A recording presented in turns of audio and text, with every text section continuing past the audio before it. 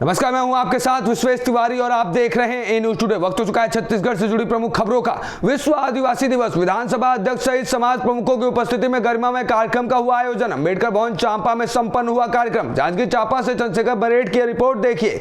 कार्यक्रम में हितग्राहियों को वन अधिकार मान्यता प्राप्त तथा हितग्राही मूलक सामग्रियों का किया गया वितरण। 9 अगस्त 2024 विश्व आदिवासी दिवस के अवसर पर डॉक्टर भीमराव अम्बेडकर सर्व समाज मांगलिक भवन नगर पालिका परिषद चांपा में आयोजित जिला स्तरीय कार्यक्रम छत्तीसगढ़ विधानसभा अध्यक्ष डॉक्टर चरणदास महंत और कार्यक्रम में गौ सेवा आयोग अध्यक्ष राजश्री डॉक्टर रामसुंदर दास महंत की अध्यक्षता में पूरा का पूरा कार्यक्रम संपन्न हुआ। कार्यक्रम का शुभारंभ छत्तीसगढ़ महतारी शहीद वीर नारायण सिंह एवं बिरसा मुंडा के तैल चित्र पर फूल माता अर्पित कर दीप प्रज्वलित कर हुआ।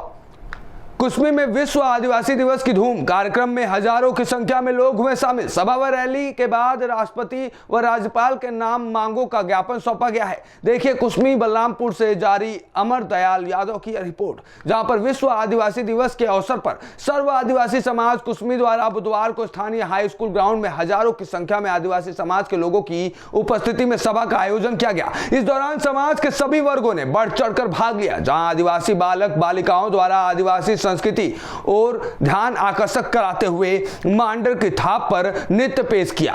रैली के दौरान सभी ने मणिपुर की घटना को ध्यान में रखते हुए हाथ में काली बांधकर आक्रोश रैली भी निकाला। ये है कि अपने अधिकार और हक को जानने के लिए संविधान का अध्ययन करें और जागरूक बने और किसी भी अन्याय के प्रति विरोध करने के लिए सीखें। तो मैं ये कहना चाहती हूँ कि ज़रूरत है हमारी महिलाओं को जागरूक करने की और इतना सशक्त बनाने की कि वो किसी के प्रलोभन में, किसी के दबाव में ना आए और अपने जीवन को शोषण से मुक्त रखें। इसके लिए समुदाय को भी ये आह्वान करती हूँ कि वो उनका सहयोग करें और ऐसी कोई भी घटना होती है तो तत्काल उसका विरोध करें। उत्साह और उल्लास के साथ मनाया गया विश्व मूल निवासी दिवस। समाज के सर्वांगीण विकास के लिए शिक्षा सर्वाधिक जरूरी, ऐसा कहना है कलेक्टर का।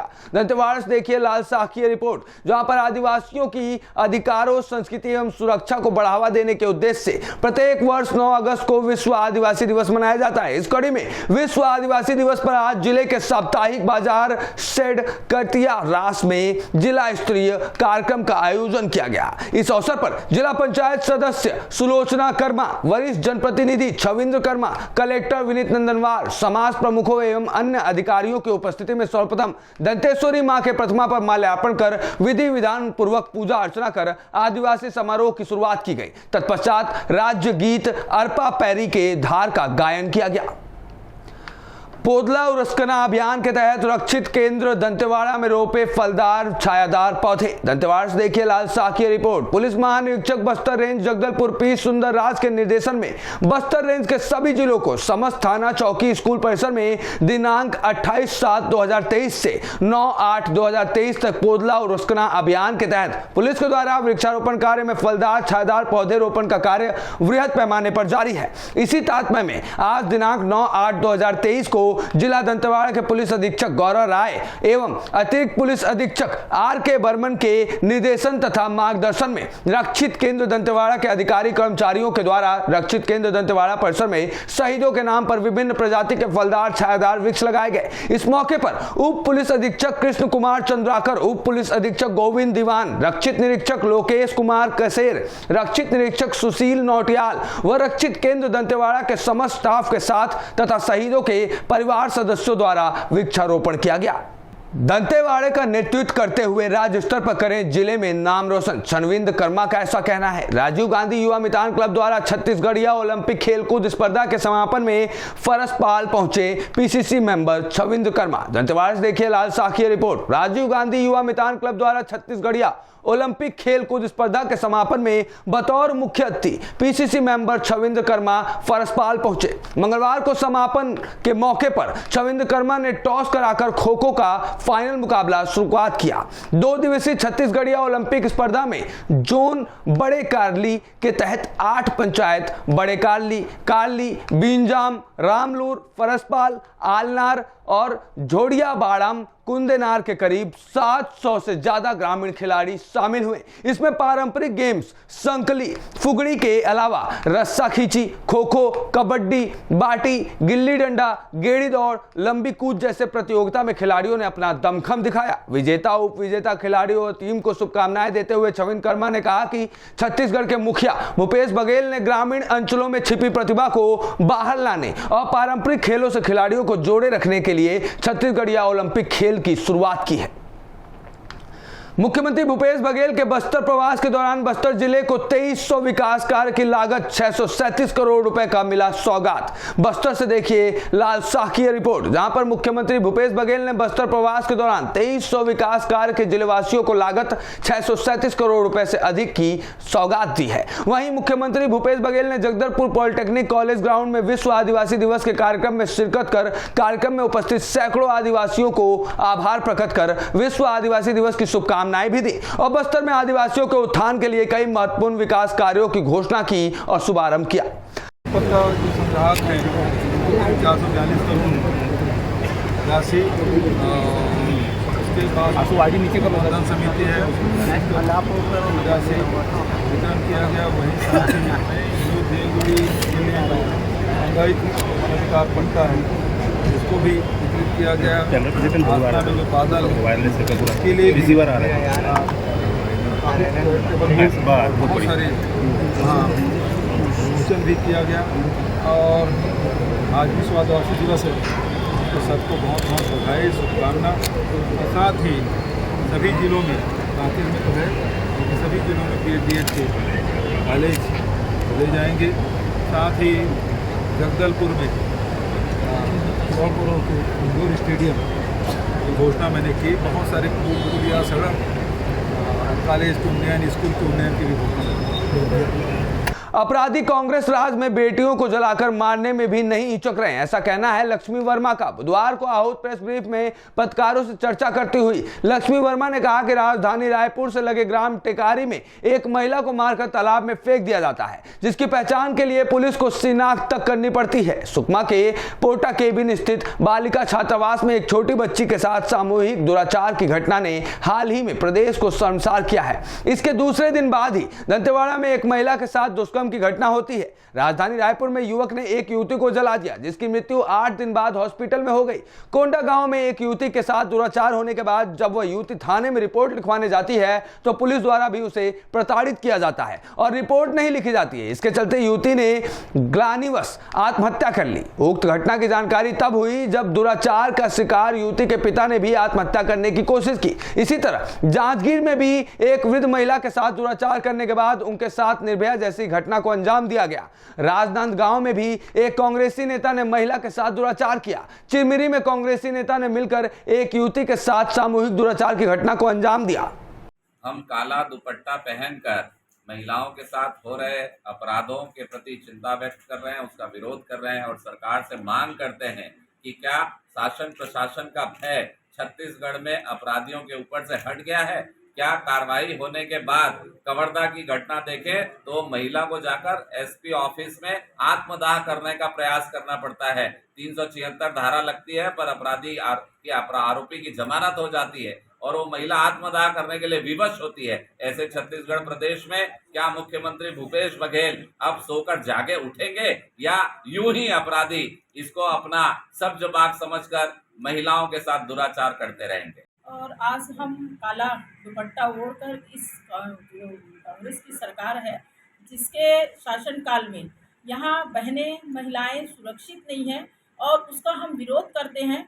आज कल की घटना है, 8 दिन पूर्व एक पूर्वी झा करके बच्ची रावाघाटा की बेटी है और उसके ऊपर एक कथित प्रेमी युवक ने पेट्रोल डालकर ऑफिस में घुसकर उसको जला दिया था और कल उसकी मौत हो गई है।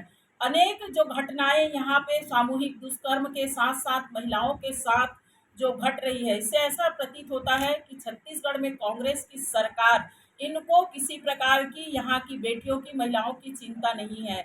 भूपेश सरकार ने सुनियोजित ढंग से आदिवासी अंचल में नक्सलियों पर कमजोर कार्रवाई कर भय का वातावरण निर्मित किया है, ऐसा कहना है भारतीय जनता पार्टी का। जी हां, भारतीय जनता पार्टी ने कांग्रेस की भूपेश सरकार पर आरोप लगाया है और आरोप लगाते हुए कहा है कि इन दिनों प्रदेश में आदिवासियों पर अत्याचार के मामले काफी तेजी से बढ़ रहे हैं। जहां एक ओर आदिवासी मां बहनों की अस्मिता लूटी जा रही है, तो वहीं दूसरी ओर उन्हें मिले अधिकारों से वंचित किया जा रहा है। भाजपा के 15 साल के कार्यकाल में आदिवासियों के उत्थान के लिए जो योजनाएं चलाई जा रही थी, उन्हें प्रदेश की कांग्रेस सरकार ने जानबूझकर रोक दिया है। इतना ही नहीं, भूपेश सरकार ने वनांचल क्षेत्र में भाजपा को कमजोर करने, भाजपा कार्यकर्ताओं को टारगेट किलिंग सहित अनेक तरीकों से प्रताड़ित भी किया है। पिछले समय जब सर्व आदिवासी समाज का सम्मेलन हुआ था, इस प्रदेश के मुख्यमंत्री और इस प्रदेश के मंत्रिमंडल ने खूब वाहवाही लूटी, लेकिन आज 1 साल बीत जाने के बाद भी किसी भी विभाग ने अपने नियम, कानून, आदेश, निर्देश में कोई भी संशोधन आज पर्यंत तक नहीं किया। पेशा एक्ट जिस दिन लागू हुआ उसके 9 दिन बाद ही इस प्रदेश के जो कैबिनेट मंत्री टीएस सिंहदेव, उन्होंने एक पत्र लिख दिया कि ये जो पेशा एक्ट है उनकी अपेक्षिका जो है वो गलत है। अधिकारियों ने इसको पूरा बदल कर रख दिया है। जो जल, जमीन, जंगल के बारे में हमने जो लेख दिया था, जो आदिवासियों के हित को जानने के लिए हम गए थे, उस सारे चीजों को प्रभावित तरीके से बदल दिया गया है। इसलिए इस पेशा एक्ट का कोई मतलब नहीं होता। राजू भवन में मनाया गया आदिवासी गौरव दिवस। कांग्रेस ने आदिवासी समाज का सम्मान बढ़ाया, ऐसा कहना है कुमारी शैलजा का। प्रदेश कांग्रेस मुख्यालय राजू भवन में विश्व आदिवासी दिवस के अवसर पर आदिवासी गौरव दिवस मनाया गया। कार्यक्रम में कांग्रेस की प्रदेश प्रभारी कुमारी शैलजा, प्रदेश कांग्रेस अध्यक्ष एवं सांसद दीपक बैज, सह प्रभारी विजय जांगीड़ भी शामिल हुए। इस अवसर पर सभा को संबोधित करते हुए प्रदेश प्रभारी कुमारी शैलजा ने कहा कि पिछले 5 सालों में कांग्रेस की सरकार ने आदिवासी समाज का सम्मान लौटाया है। भाजपा के 15 सालों के रमन राज में आदिवासियों के संवैधानिक अधिकारों का हनन किया जाता था। प्रदेश की आबादी का 32% हिस्सा आदिवासी समाज का है, लेकिन उन्हें ही मुख्य धारा से अलग रखने का षड्यंत्र भाजपा ने किया। उन्होंने कहा कि जो समाज की मुख्य धारा से वंचित हैं, उनको बराबरी पर लाने का काम समाज के हर तबके का है। कांग्रेस ने समाज के हर वर्ग के लिए काम किया है। पूरे प्रदेश में कांग्रेस के पक्ष में माहौल है। पिछली बार भाजपा के कुशासन के खिलाफ हमें जनादेश मिला था, इस बार हमें हमारी सरकार के कामों के आधार पर वोट मिलेगा। चुनावी तैयारियां हमारी चलती रही हैं, लेकिन हम हर चीज़ को केवल चुनाव के नज़रिए से नहीं देखते। 5 साल में हमारी सरकार का जो कार्य रहा है यहाँ पर, आप ये समझ लीजिए कि 5 साल ही हमारा कार्य होता रहा और अब हम लोगों के बीच में जाएंगे 5 साल बाद, और हमें पूरा विश्वास है छत्तीसगढ़ के लोगों पर कि वो हमारे कार्य को देखेंगे। और भारतीय जनता पार्टी के 15 साल जो रहे, इनका प्रशासन रहा, उसको देखकर ही हमें बहुमत मिला था। अब आने वाले समय में हमारे कार्य को देखकर सरकार यहाँ पर कांग्रेस पार्टी की बनेगी।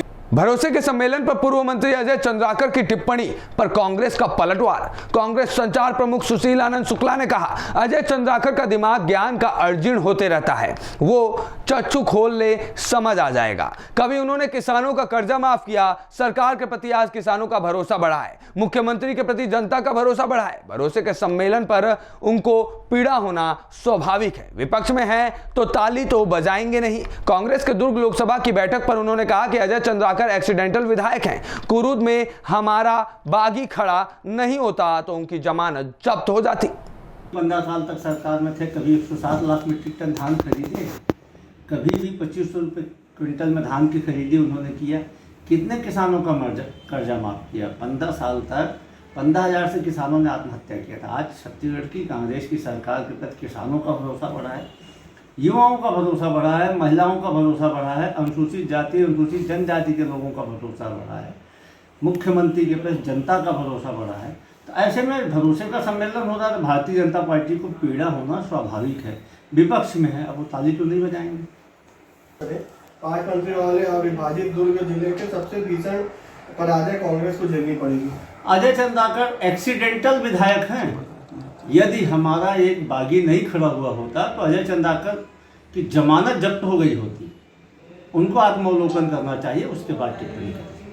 छत्तीसगढ़ की प्रमुख खबरों को देखने के लिए जुड़े रहिए ए न्यूज़ टुडे के साथ।